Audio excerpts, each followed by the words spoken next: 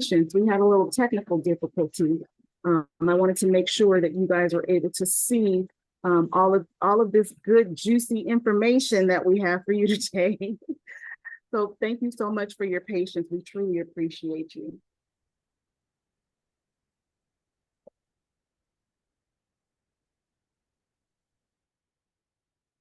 Okay. All right, it's my turn. Hi, everyone. I'm Acacia Barnett. I'm the program manager for Blackstone LaunchPad at the Edson E&I for student outreach and engagement, helping students at ASU and also Maricopa Community Colleges. And if you haven't already, I hope that all of you are on our startup tree. That's where you can learn more about what we have going on, internships, programming, and just a lot more details as far as mentoring and one-on-one coaching. The startup tree is where you'll want to be at.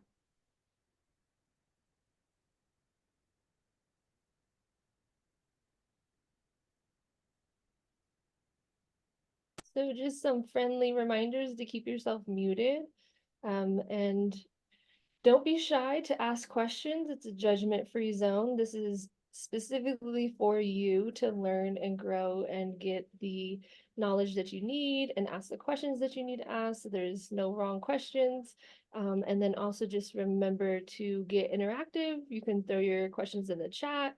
It helps us to know that we're doing a good job if you're giving us some feedback on types of questions that you're asking and what you're trying to find out.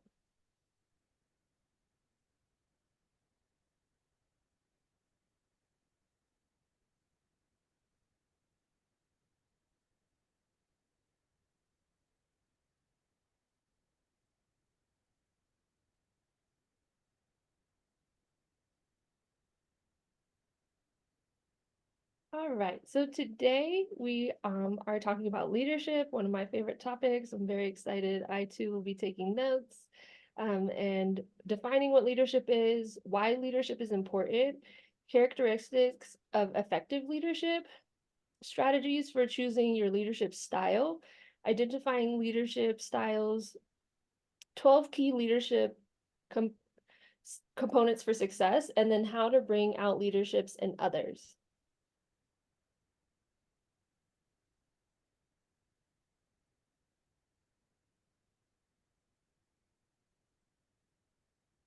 And without further ado, I'll introduce you all. I know some of you guys know Lisa. Lisa Geis helps our mentors with the Blackstone LaunchPad, and she is a professional helping you students who want to outbreak into different types of professional outcomes for career readiness or entrepreneurship, whatever it is that you are trying to do. Lisa is here to guide you and mentor you. Thank you so much, Acacia.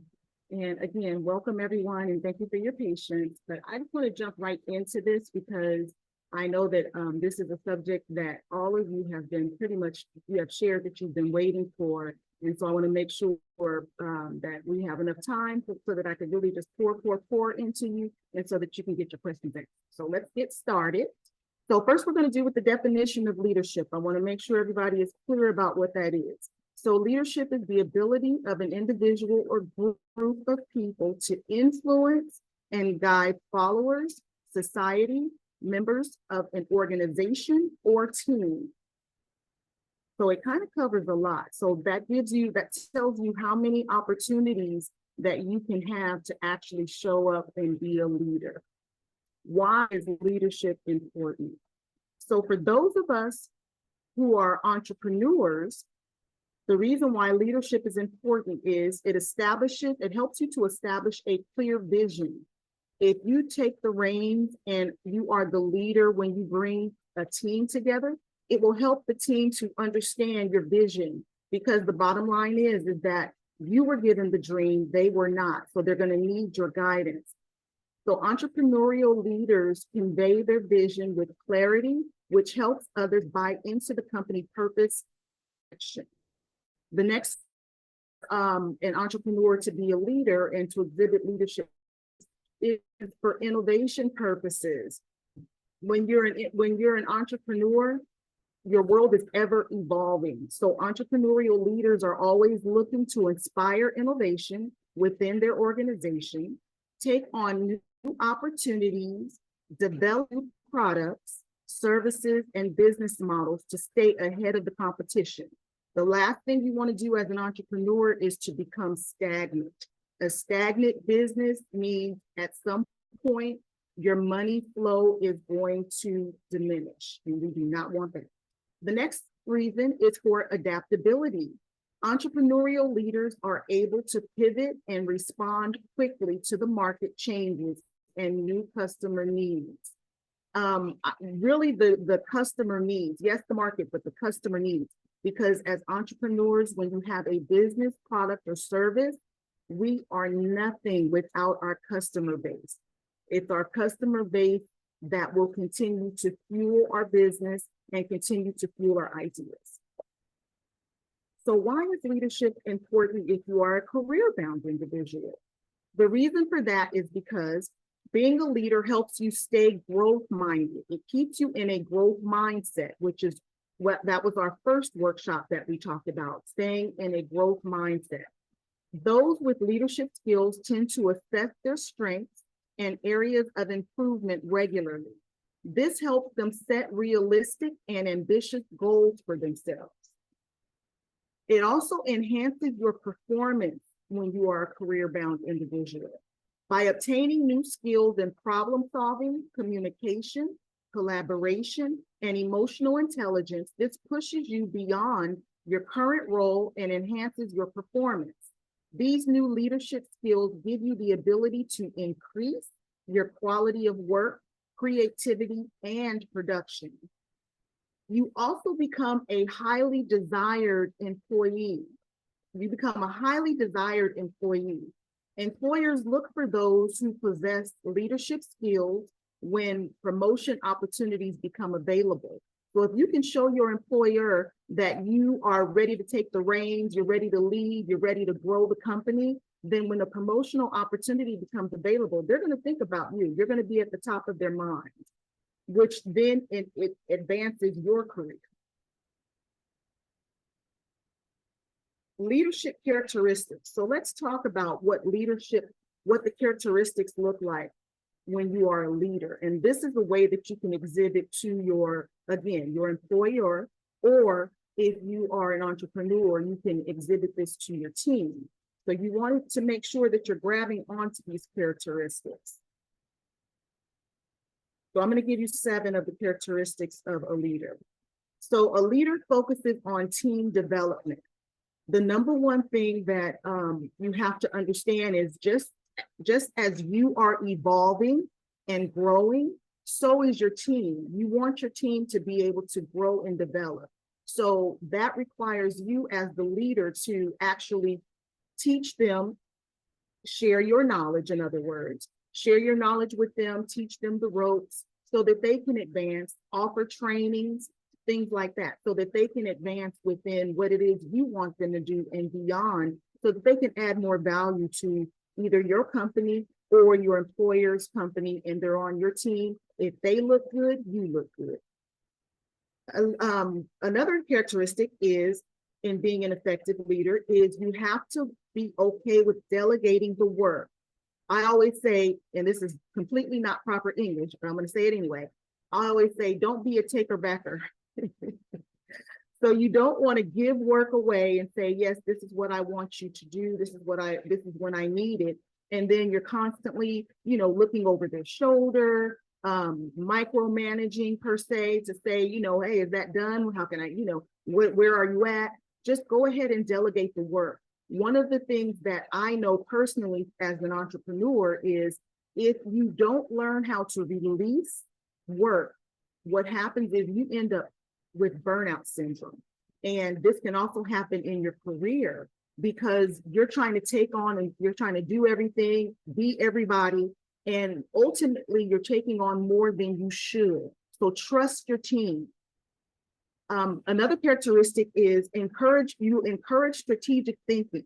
So challenge your team to think strategically, instead of giving them the answer on What other product can we take a look at? How can we advance this division?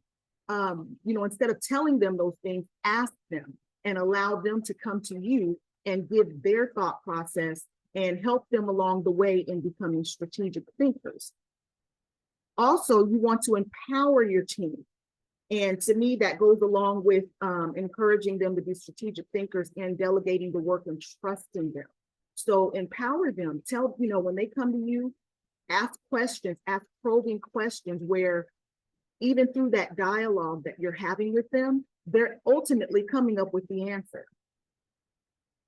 You want to be an active listener. So you want to make sure that whether it's a professional or a personal situation, that you're an active listener for your team. We're human beings, so that means that sometimes personal things can affect work. So you don't want to get too deep in it, but you do want to make sure, hey, just checking on you. Are you okay? Is there anything I can do? Is there any way I can help you? You want to ask those kind of questions. Or are you okay? You look a little down today. Is there something that we need to talk about? So you want to make sure that you're reaching out so that they understand that you are the go-to person to help them throughout their career, throughout their dreams, throughout their visions. And then you want to make sure that they take accountability.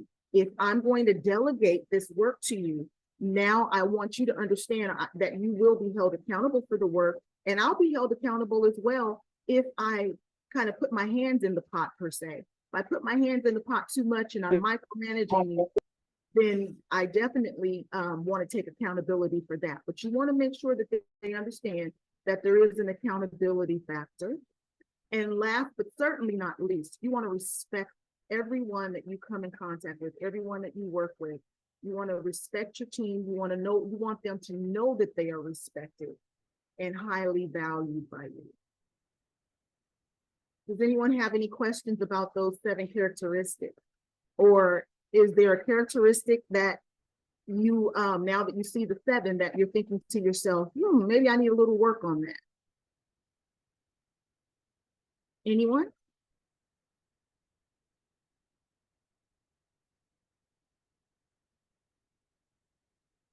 Okay, I'll go on to the next slide. Bailey, let me know if someone's putting it in the chat as well, because I have the chat hidden right now. There is a question. Do you want me to read it to you? Yes, please. So it says, how do you deal with people who try to downgrade you when you take accountability? Oh, that's a good one. Okay. So if they're trying to downgrade you when you take accountability, I'm not going to assume, so I'm going to address 2 different ways of downgrading. I don't know if you're referencing downgrading as far as your position, or if you're referencing them kind of verbally downgrading you. So let's talk about the position first. So I tell all of my career-bound individuals that I work with, the best thing that you can possibly do for yourself is, as you're on your journey with any company, make sure that you are writing down every single skill, every single job, every single project, the date that they've given it to you, and the date that you completed it. That way, if it comes a time when they want to downgrade, demote you, you have actual proof of your work history, proof of how you've contributed to the company. And in essence, it's almost like you can negotiate at that time to say, I understand that, regarding this, I'm taking accountability. I maybe didn't do this correctly, but I do want to bring to your attention all of the things that I have done for the company, and the benefits that the company has received because of those things that I have done. So is it possible that we can maybe discuss this prior to the action being taken? So that's one. The second thing, if you're referencing downgrading verbally, again, I'm going to go back to a phrase that I used before. If you were on our previous workshop, where I said, if you can't go through the front door, go through the back door. That is a technique that I use all the time. So if someone is speaking to you in a way where they are putting you down and or just berating you because you're being accountable for maybe a mistake, an honest mistake that you made in your work performance, the best thing that you can do is say, I received everything that you have said to me today. And thank you for sharing that, because that's going to make me a better employee. That's going to enhance my continuation of development. And I would love to prove to you that I can do better. Is it possible for me to maybe join someone else on a project so that I can kind of mimic their style and kind of get some pointers from them, and then come back to you again and we can sit down and talk about maybe me taking on a project later on my own. Bam. What boss do you know would not love to hear that you're willing to take accountability? You're willing to say, not only am I going to take the accountability, I received everything that you said to me today. And because I've received everything that you said to me, what I'm going to do is I'm going to ask for further development. Can I shadow someone? And then can I maybe at a later date put myself up again for another project? I'm telling you, it shuts them down, because the last thing someone in a superior position, not a superior person, let's get that clear. So I want you to change your mindset in that stance of someone being able to berate you verbally, because no one is superior. They're just they may be in a superior position, but we're all susceptible to learning, right? We're all open to learning. And if your boss is not open to learning, you be the teacher. You be the example of what it looks like when you want to develop further. I hope I didn't go too deep. Okay. So let's talk strategy, which is one of my favorite things. I love to strategize. So there are 6 strategies for choosing your leadership style. I want you to become so in tune with who you are as a leader, who you are now, and who you want to be as a leader. Because again, this is an ever evolving development that you want. You don't ever want to be, this is the type of leader I am, I'm not going to be any different. You don't want to be that type of leader. You want to evolve.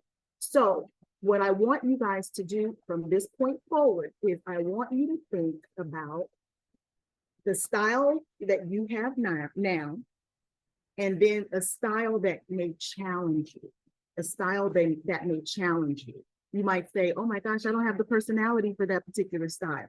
I want you to challenge yourself. So let's talk about the 6 strategies for choosing your leadership style. So the first one is, what do I value more? These are the questions that you need to ask yourself so that you can, if you don't have a leadership style, so that you can start to develop a leadership style. What do I have, or excuse me, what do I value more? Goals or relationships?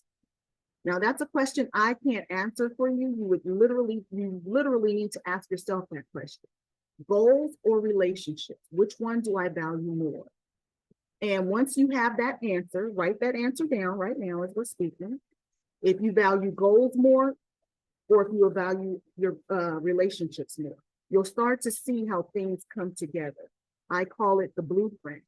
So the next question is, do I believe in an environment of structure or freedom of choice? Do I believe in an environment of structure or freedom of choice? So write that down, structure or freedom of choice. Which one resonates more with you? Do I want to make the decision, or do I want to have team input? Which way do you lean more towards? You want to make the decision so that you can just get it done, or you want to hear from your team and get their buy-in?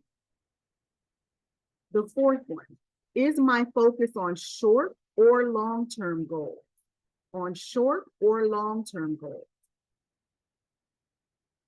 The 5th one, what is my vision of a healthy team? What does a healthy team look like?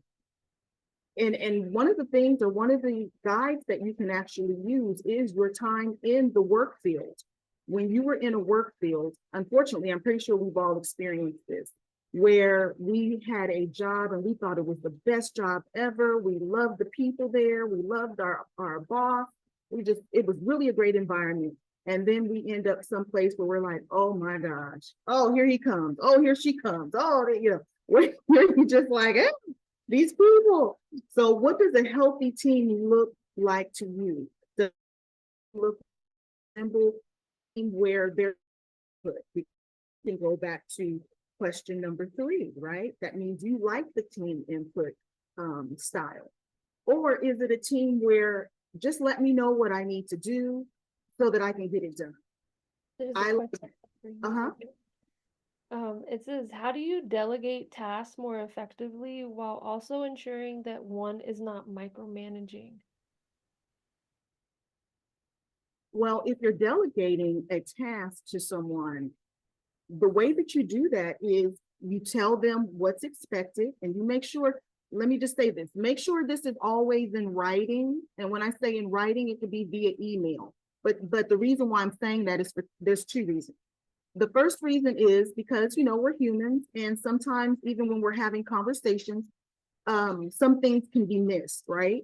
So you want to make sure that that employee has a point of reference that they can always go back to, so that when they say, well, didn't say this, or did they want me to do this, they have something they can go back to, right? And then the second thing is you want to make sure that you give them a date.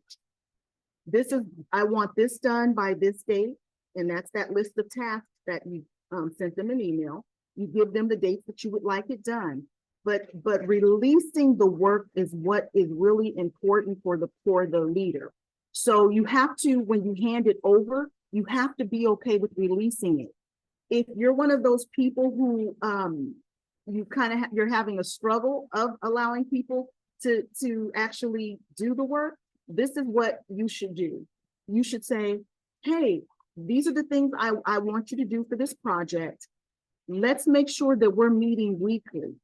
Let's meet weekly, and you let them choose the date and the time where you guys just connect with each other weekly, and where they kind of just give you a status on where they are with it.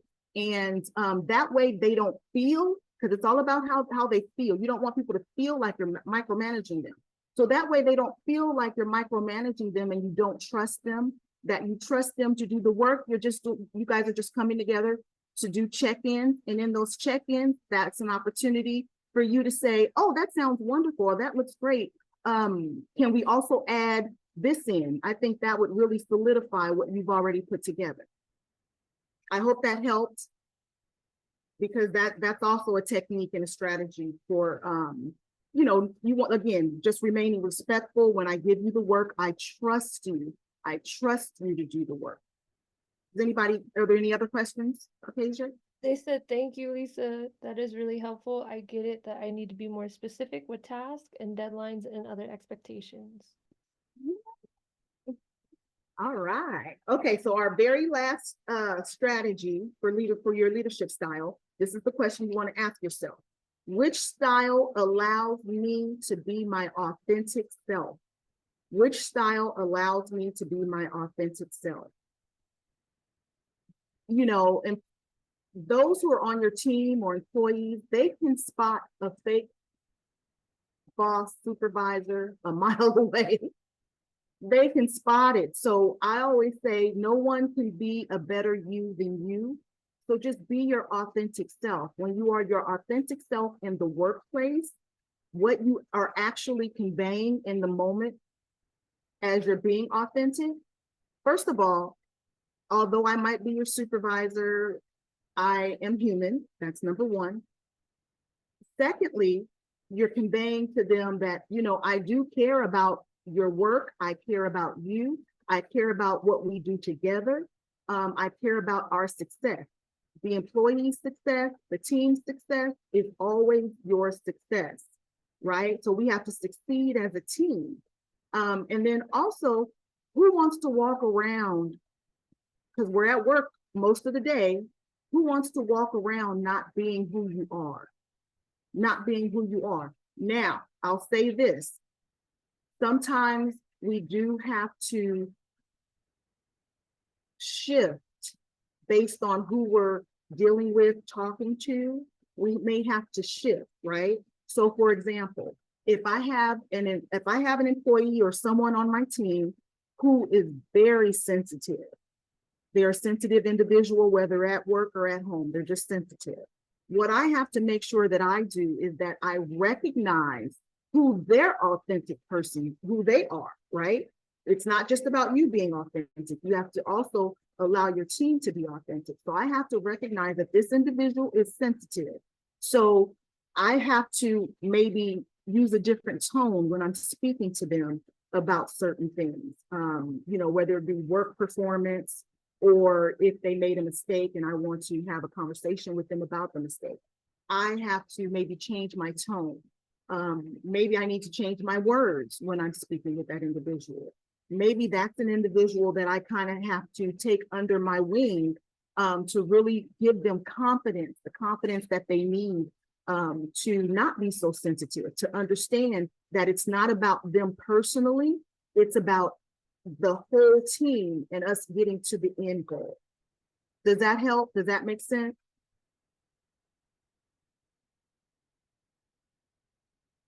We have another question. Okay. How should we be balancing being the leader we want to be, the leader the project needs, and the leader the group might like? All right. Save that question for when we get through. We're going to go through the leadership styles and save that question for the end of that. The reason why I'm saying that is because the way that I've set this up, I'm going to tell you when a certain style is needed, and I'm wondering if that will actually help you. So let's move on. Is there any other question other than that one?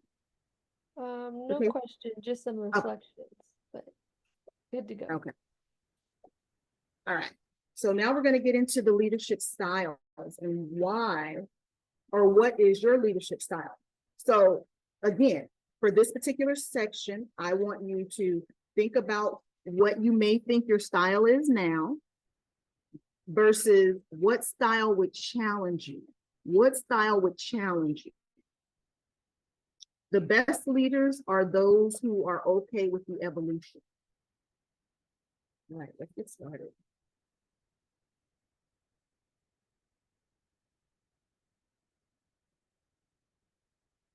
Okay, the first leadership style that we're going to talk about is the coaching leadership style. If this is your style, I want you to put a 1 in the chat if this is your style currently. A coaching leadership style, it nurtures and develops team members' strengths and skills by providing guidance, feedback, opportunity for growth. This style motivates individuals to reach their full potential, personally and professionally, by developing them for the future. When should you use this style? This style is useful during one-on-one performance evaluations or a day-to-day real-time feedback. So that would mean, again, a one-on-one. Let me coach and develop you. What are your goals? I'm pretty sure in a performance assessment, we've all been asked the question of, where do you see your career going? What would you like to happen as far as your training and development? So this would be the time when you would actually develop and nurture and give feedback and opportunities of growth to that employee or that team member. The risks with this particular style, however, is making sure not to become over-involved in the employee's personal life. So because you're open to, being concerned and kind of helping them personally and professionally, you have to really be careful not to veer too far into their personal life. You want to know things like, oh, I just had a baby. Of course, yes, we want to know that. We want to celebrate that. But we don't want to know when they broke up with their boyfriend or their husband. We don't want to know that, right? And if we do, if that information does come about, we want to make sure that we are saying, oh, I'm so sorry that happened to you. And then just kind of gauging it from the standpoint of, let me make sure that they're okay emotionally here. Like, just make sure they're okay emotionally, especially like, for example, with the divorce. You want to make sure the employee has all of the things that the job offers them as far as counseling or what have you. Just, oh, don't forget we have the employee assistance program if you need any help, but you want to make sure you kind of steer clear and just keep an eye on them. And if you see their professional work just kind of slowing down, their production slowing down, or it looks like they're in a slump, then kind of address, hey, I know you're going through a divorce. And, I know sometimes at work can be very difficult, in that way, but you really want to be careful not to get over involved. This is, my team member is now, or my employee is now my best friend. We go, we do everything together. You have to be careful. You have to really be careful. So remember just to toe the line on that, on that particular style as far as the boundaries. And this is a good time, just let me throw this in here. If you are this kind of leader, which is perfectly fine, I actually love the coaching leadership style. That's more like my authentic self. But if you are this type of leader, what I would suggest is that you write out boundaries on the personal side that you can keep an eye on for yourself to make sure you don't cross any boundaries, okay? The second one is the democratic leader or the participator. So this decision-making process is based on team input. So remember when I asked before, are you more into the team input or do you want to make the decisions? So this may be in a style that will be conducive to who you are as a person. So the decision-making process is based on the team input. This style encourages individual ownership and commitment by creating an environment of consensus. So it's kind of a, hey, what do you think? What do you think? Okay, well, this is what I think. Okay, well, then I think this is what we should do. Yes, that's a good idea, So it's more of a consensus. You want you want the team's input, their buy-in, and then you proceed. Now, when is this particular leadership style good or okay to use? When you're unsure about the best course of action or need to generate ideas.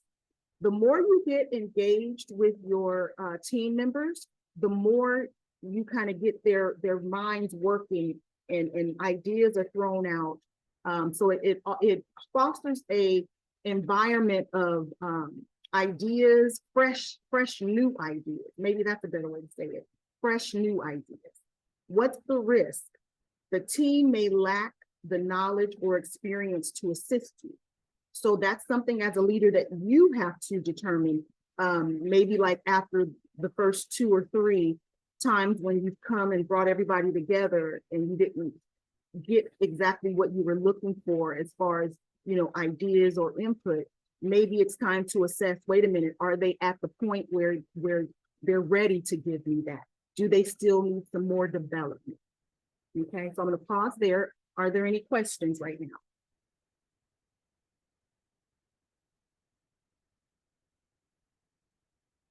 Occasion?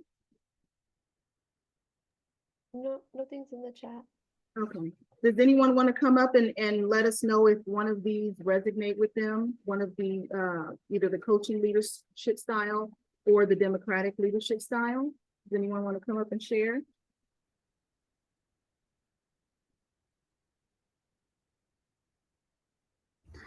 Um, Hi, Lisa, I'm Amrit. Huh? I would say I'm like a more of coaching leadership. Like whenever I'm like working with others, I want to make sure that others are like learning something, and like whatever things they are good in, maybe they're enhancing those skills. Okay. So you feel like your authentic self is more of the coaching style? Yeah. Okay. I could totally see that for you, Amrit. I could totally see that. Thank you so much for sharing. We have a question. How do you deal with people who don't want to be coached?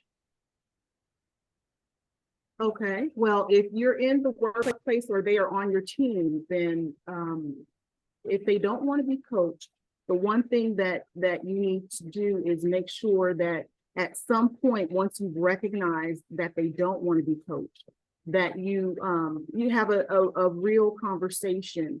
And this is a time, in my opinion, for you to ask them, what is it that you could do better? How can I serve you better as your supervisor?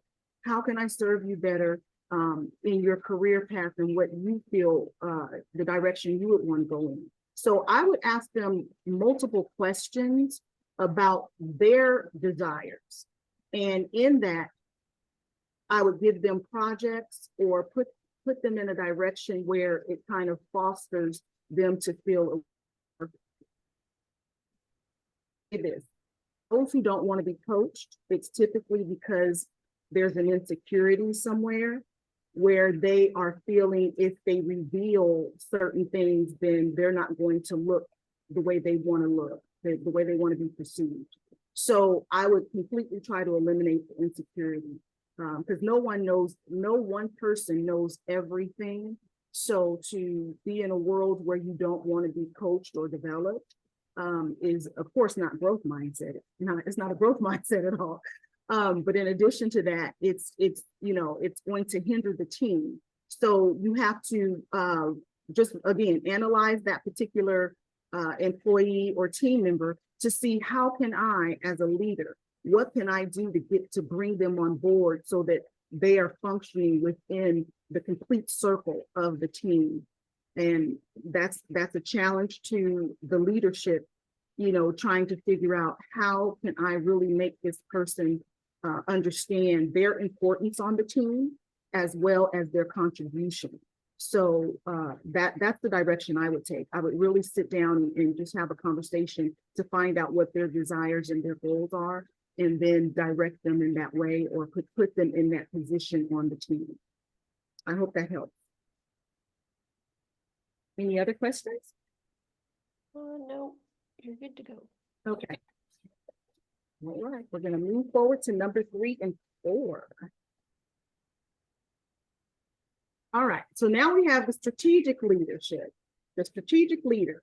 So this particular leader's decisions are based on strategy, goals, and creative problem-solving skills. This style makes common sense of a situation regardless to the complexity. So this is one of those people who all kind of chaos might be going on and they ask what the problem is, and then next thing you know, they're like, oh, all we need to do is, and you're like, wow, oh my gosh, how come we didn't think of that? We've been stressing for like an hour. So that's that particular person. They're very strategic and they can break down a problem or create a solution out of anything. Now, when is this leadership style great? When is it a good time to have this?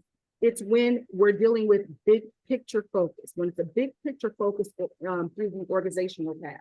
So that's when I need to, like, for example, what I just talked about in reference to that employee. When you need to analyze the talent, right? We need to analyze this employee's talent and figure out how we're going to get this employee to buy into the team concept, to buy into the coaching and development of the team, right? So that's when that type of leadership style will actually be a good thing. We're looking at the big picture. I'm not looking at the employee and the fact that they don't want to be coached. I'm looking at the big picture. We have this project that we have that's due in 6 months, and I can't hire someone else. So I need this person on board so that we can get to the end goal, right? Now, the risk with this particular leadership style is the leaders take on too much, or they're thinking too far in the future, and they may miss the day-to-day issue. So because this person is thinking of the end result, sometimes they may not check in with the employees as much as they should on projects that they've delegated. I don't ever suggest for any leader that you delegate a project and never check in with the person that you delegated it to until the due date. You never do that. So this person, they're thinking of the end goal, they're thinking of the big picture. So sometimes they miss out on the day-to-day issues. But the great part about it is if you are a strategic leader and now you know that, that's something that you can make a little shift in your leadership style to make sure that you are checking it. The number 4, the autocratic leadership. So the decisions are made from a single source. This is the authoritarian. A decision is made from a single source. It's from the top down. So from the CEO, COO, everybody up there, all the way down. They're just giving you different procedures and processes and projects and different things like that. They emphasize on the hierarchy and status. This style may only have short-term results. So when should you use this style? It may work during a crisis when a decisive action is needed. So for example, let's say you're a law firm and you just lost your biggest client. Okay, that's a time when we don't need to sit down and have all these meetings about, okay, what are we going to do? What should we do? We need someone to make a decision and tell us how we're going to recoup the money that we just lost because we just lost our biggest client. So in situations like that, when it has to be decisive, there's a crisis, this person will shine because they can just go in there and tell you this is what we're going to do, and everyone knows this is the direction that we're going in. The risk, unfortunately, is that it can cause long-term corrosion to a company culture when an authoritarian is the person that's in charge. So it's almost back to the first question about the B rating, or when people want to feel like they're a part of something. The best thing that you can do as an entrepreneur or career-bound individual is to get others to buy into what your purpose is, what your desire is within that field or that business, so that they constantly feel like, let me help, let me help. If you're just throwing out rules and regulations, it really dampens the culture. And so authoritarian, again, when I need to make the decision, I'm the one who makes the decision. But that's in a crisis or when there's some decisive action. Any questions? No, we're good to go. I'm sorry. Oh, we're good to go. There's no Okay. questions. All right, so let's move on to 5 and 6. Okay, so the bureau, okay, I'm sorry. Bureaucratic, thank you, leadership. The decisions come from company policy that follow a clear chain of command based on rules and regulations. This style is focused on fixed duties and responsibilities. So this particular one, it's close to the authoritarian, but it's not quite. It's just making sure that there is a clear chain of command and that everyone is aware of the rules and regulations and they're aware of their duties. So when we went back to that first question and someone asked, when someone's response was, I just need to make sure that the tasks are clear. Yes, that's the type of environment that fosters. Everyone knows what they're supposed to be doing when they're supposed to be doing it. When is this a good leadership style? In a highly regulated industry where strict policies are crucial. So for example, I used to work for the phone company, and one of the things that, we're governed by the FCC and ABC and all these other people. So there were certain rules and regulations that we had to serve and make sure that we did not cross when speaking with customers, as far as their sharing their information. If someone called in and said they were the person, we had to say certain things to make sure and verify. So when it comes to an industry like that, or if it comes to someone if you work in a warehouse and, there's certain OSHA regulations, there's certain safety regulations, making sure no one's going to get hurt on the job, then you definitely want to go with this style, because this style makes it clean, clear, and concise about what needs to be done. The risk to this style is that it can stifle creativity flexibility, and decision-making leading to an unresponsive company culture. So I did, and I will raise my hand, there did come a point when I was working there that I just felt like a robot. I just felt like I hear the beep, I answer the phone, I help the customer, I hang up, I make my notes, I felt like a robot. And for me, I'm a creative. I'm someone you would consider as a creative. And so I felt so stifled at that job. I felt like I wasn't being used properly. I could have come up with a lot of things for their marketing and things of that such, but because it was so rigid, yeah. So it can definitely create that environment. Has anyone else had that type of experience?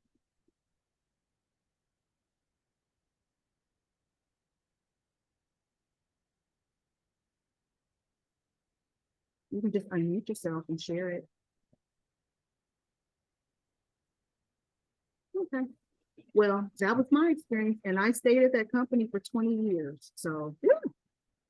It was a long time, but they paid well, so that's why I stayed there as long as I did.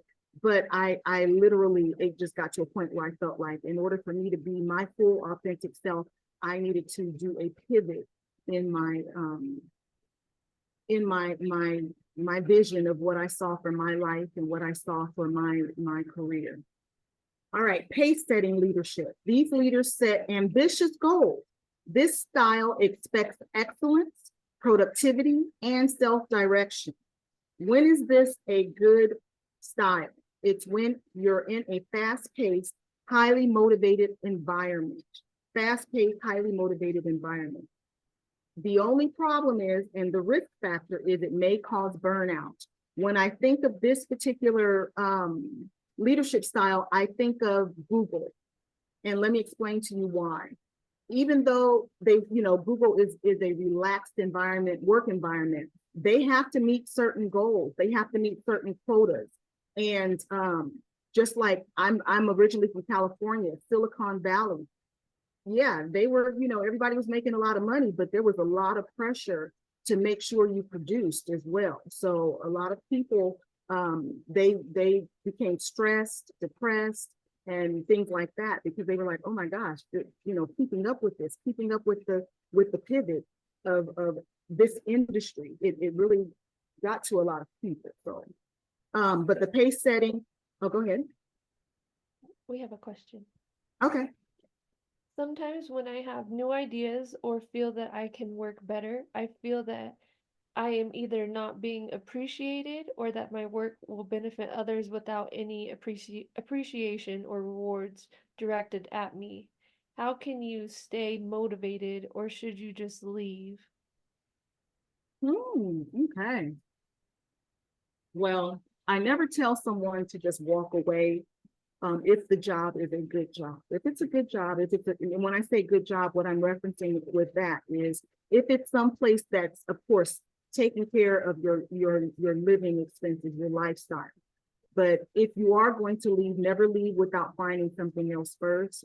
But what I would do is, if you're not receiving the feedback that you're looking for or the appreciation that you're looking for from your immediate supervisor, I would go to HR, not to tell on the supervisor, but I would go to HR and just say, I would really like to be a part of some different projects, so that I could just develop a little more and just have a different experience within the company. Do you know if there's any programs or anything like that the company is offering? And just start asking around about different projects that you can possibly jump on. One of the things that we have to understand is that everything that we do will not be appreciated, unfortunately.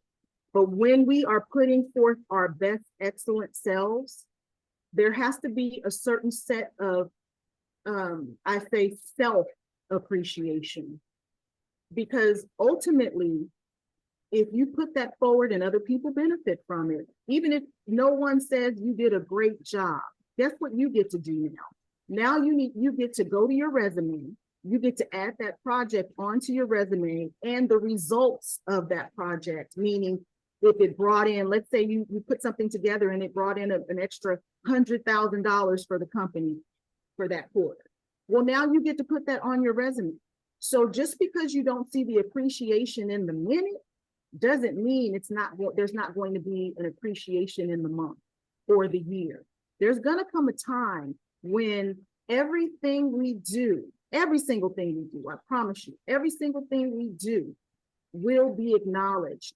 It's just a matter of being okay with not knowing the end result, meaning when is the appreciation going to come? You have to be okay with that. But you know, everything that you can possibly do to develop yourself, to actually build onto your resume, it doesn't matter if they don't say a word to you. That resume, that paper will speak volumes for the place that you're meant to be. Oh, I'm done. I'm off on that. All right, let's go to the next one. Let's go to 73. Leadership style. There's the transformational leadership. This is the visionary. This is the visionary. So this person motivates individuals to think and work in new ways and beyond their self-interest. So that kind of goes back to what I was just saying. Even if you don't receive the appreciation in that moment or from the team that you're working with, it doesn't matter. Let go of the self-interest for that moment because you're going to be appreciated later, okay? This leadership style often leads by example and doesn't allow fear to stop them. So they lead by example. They don't wait for someone to say, hey, I couldn't find anyone to work on this. Are you available? They say, did you need someone for that project? I'll step in, okay? And when is this a good leadership style? When you need focus is needed on content, people, process, and solutions instead of problems. So this person is looking to come up with the solution. They're not dealing with problems. They're dealing with different solutions. For example, if you need to put together some type of process, let me put together this training manual for example, to help a new employee come in and know exactly what it is they need to do. I'm thinking about the solution. I'm thinking about how I may have felt. And this is what's needed. This is the content. This is the training manual that's needed so that the next person is capable and ready to do the job. What's the risk? Excessive idealization by employees, uneven staff development, or internal conflict. The reason why this is because I think as humans, we tend to gravitate towards people who are visionaries, and because it's almost like they help us to dream bigger almost.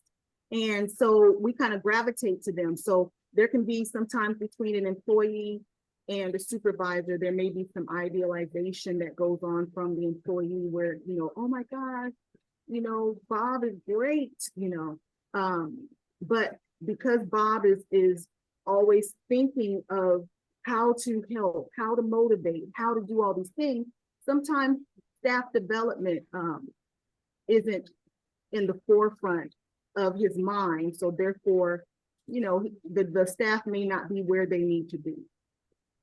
Does that make sense to everybody? Just put a thumbs up in the chat. Any questions? No questions. A bunch of them. Okay, great. Transactional leadership. Okay, this is the managerial leadership style. So they utilize rewards and punishments to motivate those who directly report to them, emphasizing on structure, organization, supervision, performance, and outcomes. Now, this is, again, going back to that first question. So if you're trying to be accountable, you made a mistake, this type of leadership style, there may be a punishment within this particular leadership style for the mistake. But I've given you the verbiage that you can use. I gave that to you earlier on as to how to pivot and kind of turn that around so that it's something that both of you guys can evolve past. When is this necessary?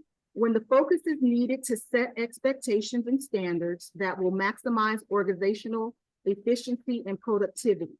So if, you know, say like you're working on the line for Lay's potato chips. Well, as those machines are going around, you know, they're counting the productivity of every single employee that's on that line. So in that particular type of environment, this kind of leadership could actually be beneficial. Now, what are the risks? They stunt catalysts for growth and change within an organization. And so you may be someone who can really grow beyond where your current position is, but because things are so structured, they're not seeing you. And that kind of goes back to that last question we had about, you know, the appreciation being shown. They don't see that they have all these diamonds in the rough that could propel the company, but they have them doing this one job or two jobs where they have to just stay within the box.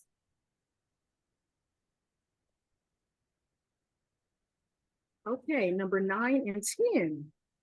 The laissez-faire. I like to try to put on my little accent, my little French accent.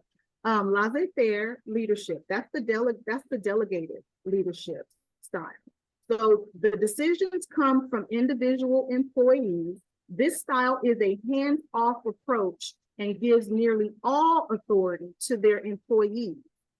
Nearly all employees. So they truly trust their employees. They give almost all of it to their employees. Now, it's okay for you to grab a little bit of this leadership style and pair it with another leadership style. It's okay.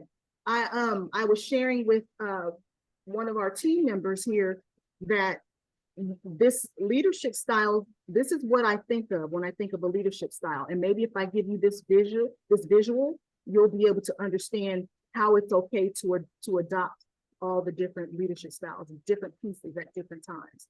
I think about my children. I have 2 kids. They're complete opposite of each other in personality, like complete opposite.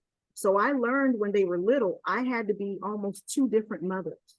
No one told me that that was even a thing, but I had to almost be 2 different mothers in order to be nurturing and conducive to who they were as people. So think about, if you're not a parent, think about if you have siblings. You may be closer to one sibling and your other sibling, you know, you're just like, oh my gosh, I can only be around this person for a little while and then they drive me crazy. So you have to be different people to your siblings.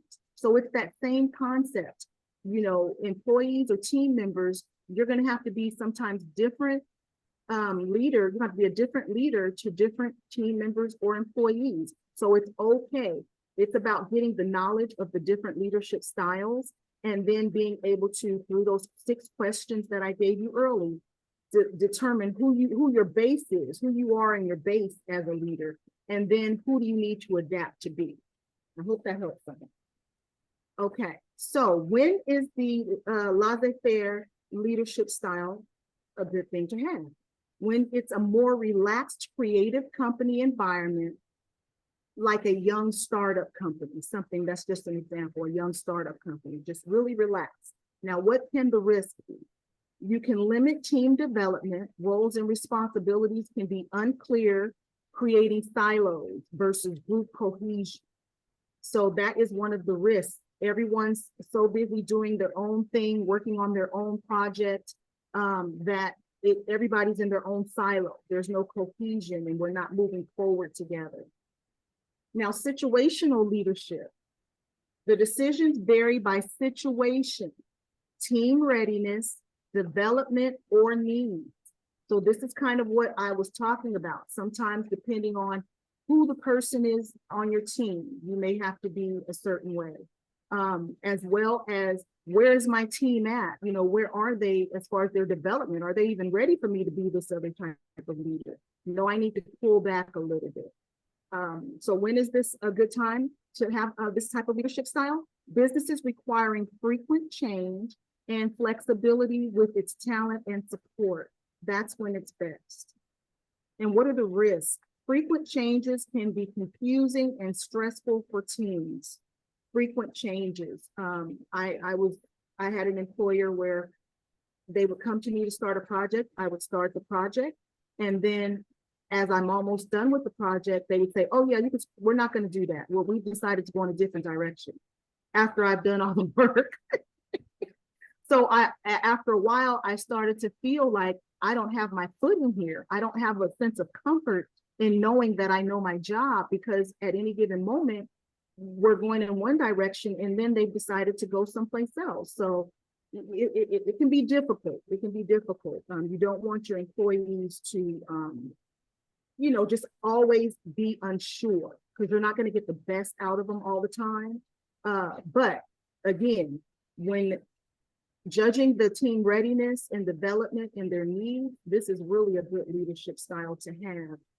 If you can pair this with one of the other leadership styles where they're very engaging with the employees as far as feedback and ideas, that I think that would be a win-win. All right, we're almost done. Thank you for hanging in.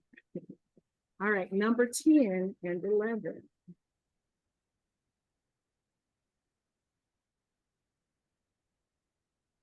All right, number 10, the affiliative leadership. They promote positivity, team building, and harmonious workplace. This style focuses on building community, trust, and conflict resolution. So they like to come together and just, again, everybody's on the same accord. Everybody's moving in the same direction. Everyone is cared for, is how I look at it. Everyone is cared for. Their needs are cared for. Their talents are cared for. I'm a firm believer that it's important for a leader to really take care of others' talents. You really want to take care of other people's talents. You want to make sure that they know that you're appreciative of what they contribute. Now, when is this the best? When team morale is needed through personal connection between employees and managers. That's when this particular style is best. But what are the risks? It may not effectively address underperformance or resolve efficiency issues within the team. So that's one of the risks that this leadership style has. But now that we know the risk, we can avoid the risk, is how I always look at it. Now that we know the risk, we can avoid the risk. So if you like everything that's been said at the top, which is the promoting of the positivity, the team building, the harmonious workplace, and building of a community, but you're concerned about that risk, well, now that you know the risk, strategically think of ways that you can avoid that risk from happening with this style. Visionary leadership drives progress, change, and trust in new ideas. This style establishes strong organizational bonds. When is it best? In a fast growing or restructuring of the organization. But what is the risk? Missing important details or team recognition due to the big picture focus. So everyone's focused on the big picture. We're all focused on what we need to get done. And sometimes individual team recognition doesn't happen. Typically, if you're working for a good company, they recognize at some point that oh my gosh, my team's been working so hard and we haven't acknowledged them. Let's do something for them. Does anybody have any questions or want to make any comments? Come on up, don't be shy. Or is there any questions in the chat? No questions in the chat. Does anybody want to come up and share? Do either one of these two styles resonate? Or a part of these styles, any part of it, does that resonate? Hello, can you hear me? Can you hear me? Excuse me, can you hear me? Yes, we can hear you. Yes, I can hear you now. Yes. Yeah, like ever since I was 17, I was kind of tossed into some leadership positions from time to time, probably through my father's. My father would have some work and he would assign me a role and I never got paid, but I did a lot of work. I was wondering that is there any way for you to people, like, you can motivate, like, be a visionary leader, but when I'm trying to like convince people to do some stuff, there's always like, there are some people who are trying to like bring the mood down, or you can see that they're not that into it. How do I make some people motivated without losing connection with everyone? Because I feel if I focus too much on certain groups of people, I will not have time for everyone else. Okay, well, the first thing is we don't want to make anyone do anything. We want to give them the choice to be a part of, right? So with that said, what I would suggest that you do is, if you feel like you're losing someone off the team, they're just not really connected, not really engaged, what I would do is I would possibly think of partnering them with someone who is engaged. Partnering them with someone who is engaged towards whatever project it is that you're working on. And then that way, what happens, or what can happen, is as they're someone else, because sometimes people just need to hear a different voice. So if they're listening to you, he may say, oh my gosh, here we go with another meeting, and he's saying all this stuff I don't want to hear. But if they hear it from a team member, then they receive it a little differently. It's not the boss telling me what to do. It's my peer. Oh, my peer gets it. My peer feels this way. Oh, wow. Okay, well, maybe then I need to look at myself, because maybe there's something wrong with me. It wasn't the boss after all, right? And then allow them to, again, put them on a project together so that that person is leading by example. They're leading the person who's not engaged by example. Does that help? Yes, that helps. Thank you. Okay. Let me know. Look, you guys, when I'm giving you these suggestions and these strategies, make sure that you're sending me a message to let me know when you implemented it, if it works. Well, it will work, but I'm just saying. And if you need me to help you kind of set up a strategic way of going about it, where like if you can tell me about an upcoming project or something, and then we can strategically kind of talk to each other, and I'll let you know exactly how to approach that person.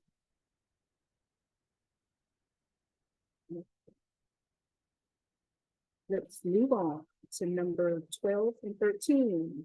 We only have one more after this guy. The servant leadership. This is someone who prioritizes the well-being and development of their team members. This style fosters a culture of employee trust and collaboration, believing this results in higher levels of achievement. When should we use this servant leadership style? When the employee trust, loyalty, productivity, improved development, and creation of future leaders is needed within the organization. So in other words, I'm pretty sure we've all had situations where they wanted, the upper management maybe was looking to open up some positions, do some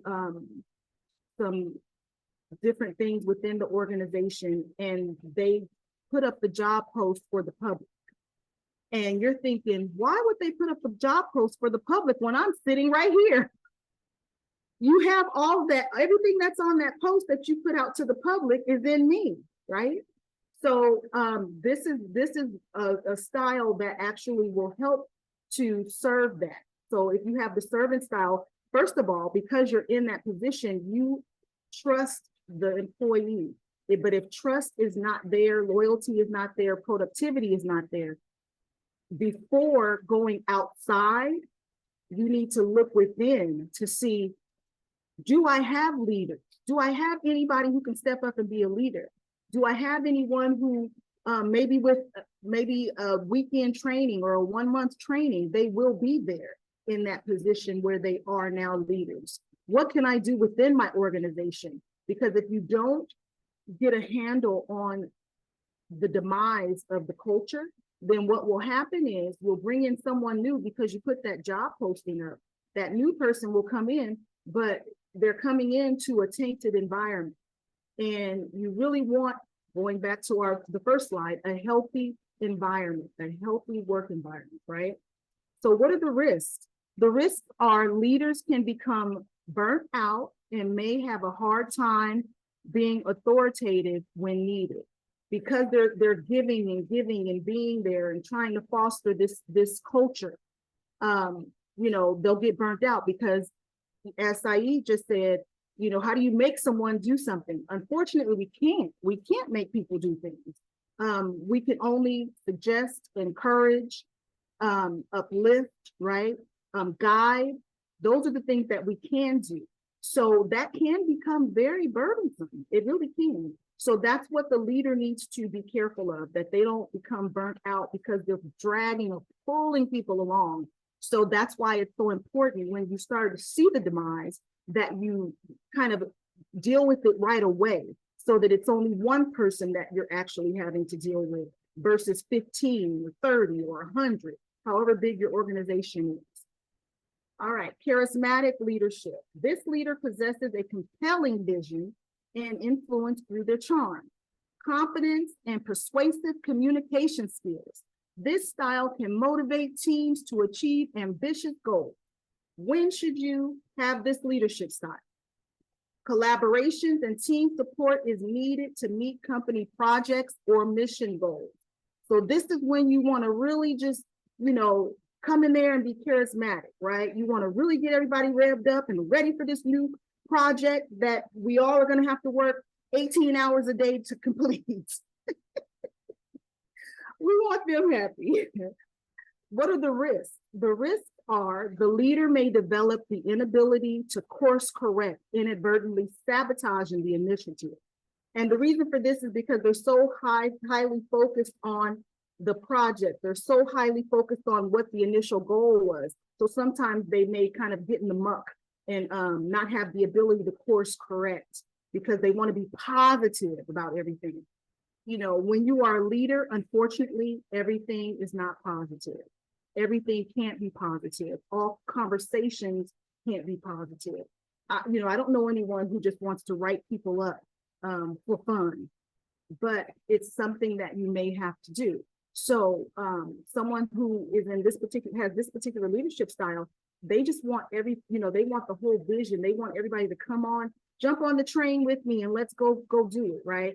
So that's one of the risks. So you just need to be careful that you are paying attention to when you need to pivot, okay? Any questions? Yes. If you are Okay. kind in nature and you are given leadership roles, not forcing anyone is kind of innate to you. How can someone change that mentality and can be a little authoritative? Okay, Kaja, can you say that again? I'm sorry. Sure. If you are kind in nature and you are given a leadership role, not forcing anyone is kind of innate to you. How can someone change that mentality and be a little more authoritative? Okay, so what's the initial, let's say what the initial leadership style is? Because some of it broke up.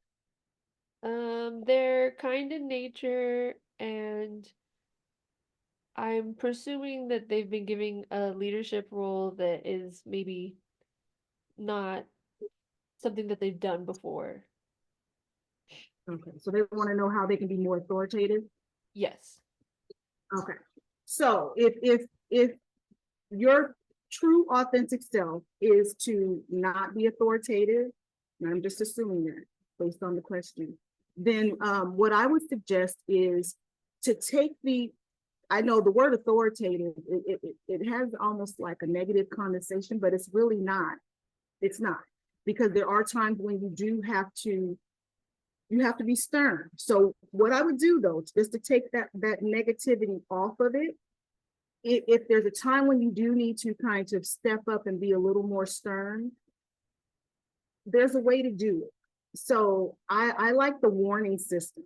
And through the warning system, basically what you would do is you would just, if whatever comes up, you would say, I'm really going to need you to complete this by this date. And based on what I'm seeing, I'm not sure if that's going to happen. Do we need to move the date around, or, can I help you with something, or maybe have someone else jump on the project with you? You know, what can we do? I want to make sure it's going to happen. So that's you being stern and saying, you know, this is what I expect of you. This is what you will be held accountable for, without being uncomfortable, without putting you in a position where you're uncomfortable. Another thing that you can do is, again, I go back to what I said several slides ago. If you put everything in writing via email and you do the weekly check-ins, that is another thing that's another way to take the pressure off of you, because then it's not, here she comes with something I didn't even know she was going to be talking about. It's now, oh yeah, we have our weekly meeting, so I have to be prepared for this, you know, items 1 through 7 for our weekly meeting. And then next week it'll be, you know, 8 through 11 or whatever. So you just want to make sure that everything is clean and clear and that you're very concise in your verbiage with that person. You can be stern without, you know, being the one who yells or the one who just really hammers people, you know, and just stays on them. You don't have to be that type of leader. You can be assertive. You can be assertive within yourself. You can be assertive within the way that you communicate. So those are two different ideas, just so that, again, it takes the negativity off of, you know, what you may be feeling uncomfortable with as far as being that type of leader. I hope that helps. If that helps, put a little hand signal or put a little 1 in the chat. All right, and our last style here.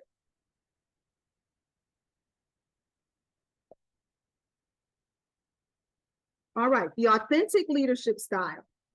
This person leads with self-awareness, honesty, transparency, integrity, and a genuine heart. This style inspires trust. Okay. Hold on. Hold on.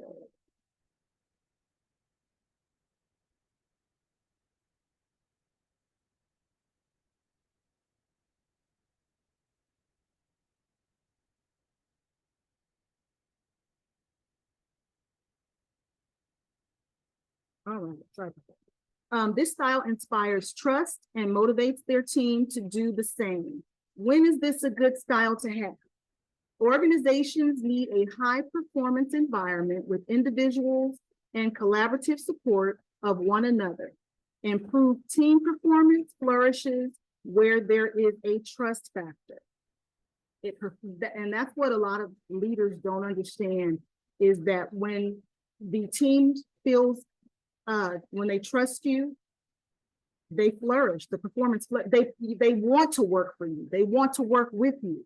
And that's how you get the buy-in, when people feel like you're authentic and that you trust them and that you trust their talent.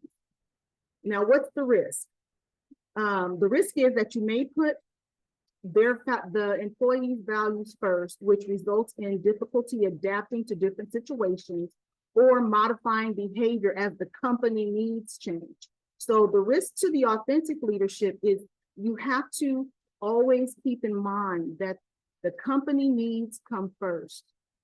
The company needs come first. And what I mean by that is you can't forget the company needs and only focus on the employees or the team. You have to also think about the company needs, because if the company is not doing well, we'll all be out of a job, right? We'll all be out of a job, and then nobody will be happy. So, you know, as much as we would love to put the employees first as far as their needs and you know, supporting them, we have to keep in mind that the company needs and the changes of the company needs, we have to be prepared to pivot for, okay? So again, for that particular section, I want you to understand the biggest takeaway I want you to have is that you do not have to be one style of leader. That's the biggest takeaway that I want you to realize today. You don't have to be one style of leader.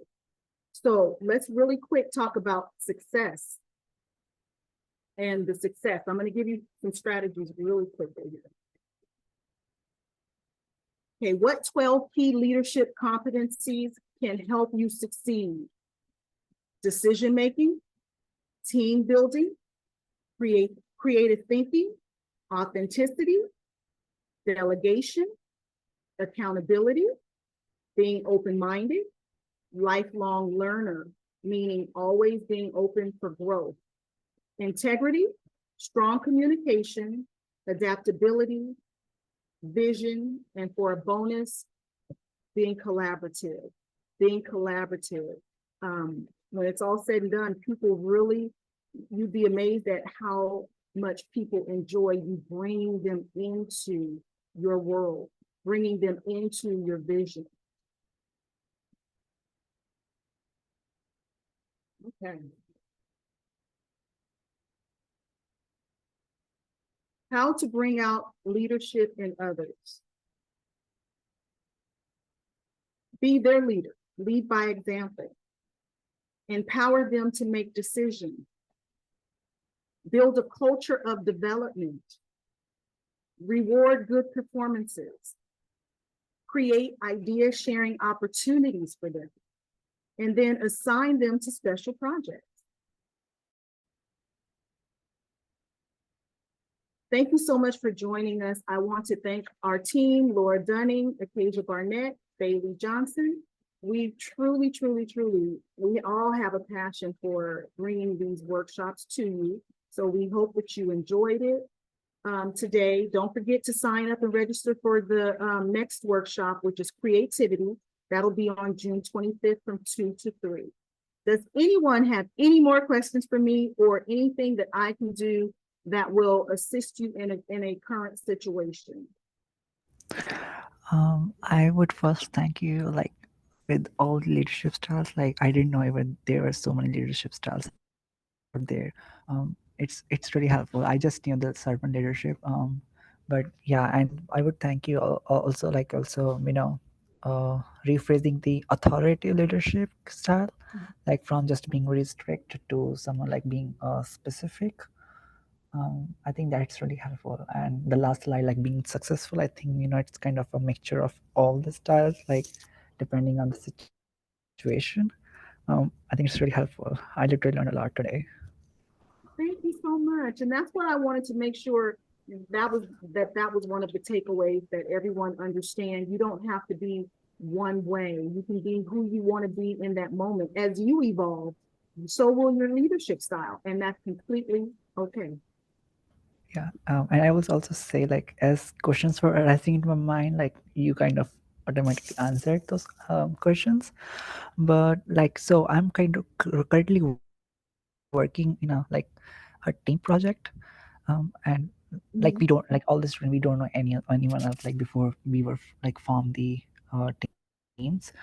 So right now, like it's really hard. Like I'm being the PM right now, like project manager, but it's really hard to have everyone accountable of their tasks.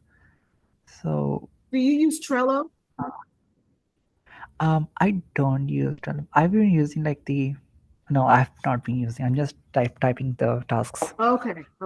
So for project managers, what I would recommend is because the one thing, you're managing the team, you're the manager of the team. So you want to make sure that everyone on the team knows exactly what they're supposed to be doing, when they're supposed to be doing it, and all due dates. All due dates should be able to be seen by everyone on the team, even if it's not their task. So I would encourage you to check into Trello so that, or any other, because I'm not a sponsor or anything, I'm not an affiliate, so or any other program that will allow you to put all the team on at one time so that everyone can see what they're responsible for. I think it will take some of the pressure off of you in trying to hold them accountable, because everyone on the team can see what they're responsible for and when it's due. Yeah, I think that's a great advice. I will definitely use that, and I will let you know like how to work it out.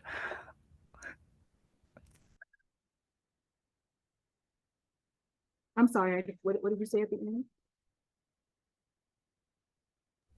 Yeah, I said I will definitely be using Trello now, and yeah, I'll let you know like how it worked out. Definitely. Yes, yes, yes. Let me know. Let me know. Definitely let me know. I think, but I think that's going to take some of that pressure off of you. And again, remember, you are the project manager. You are managing.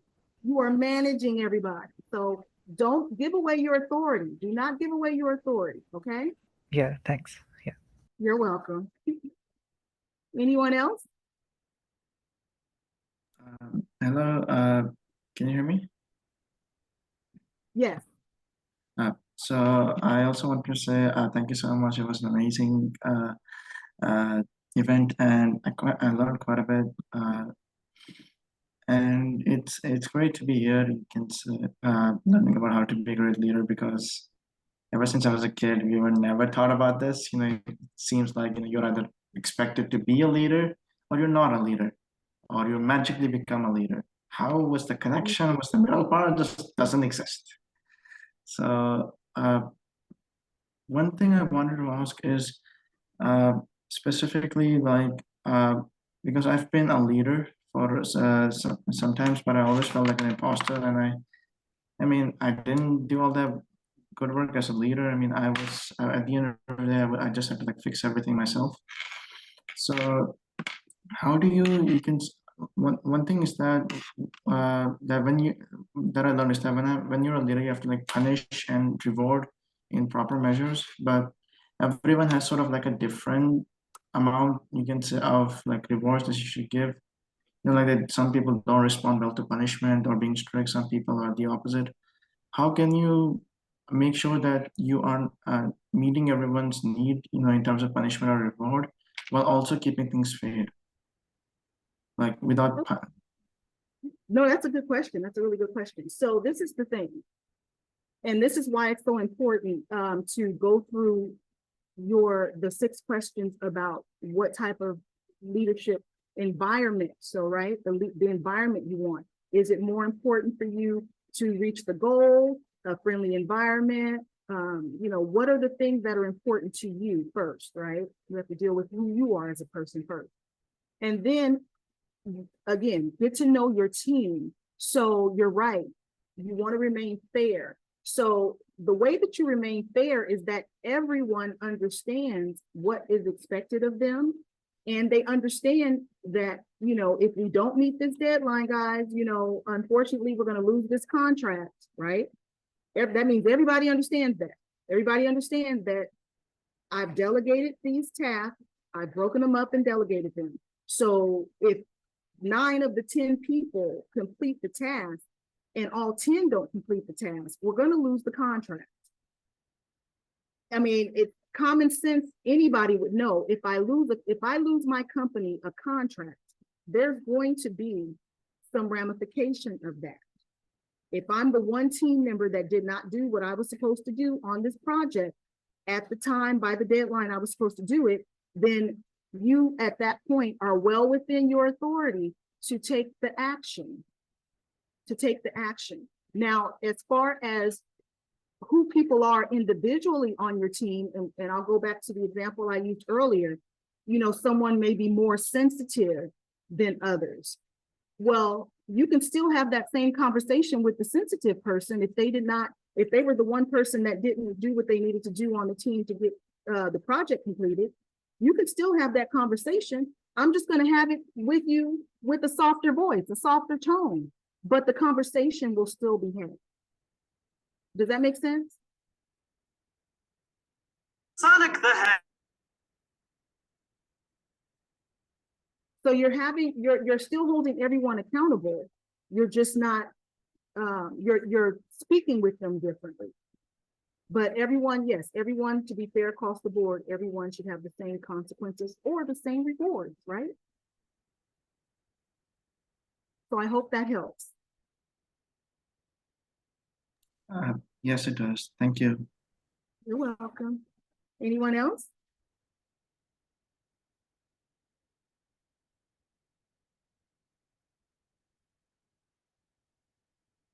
Going once? Going twice. Okay.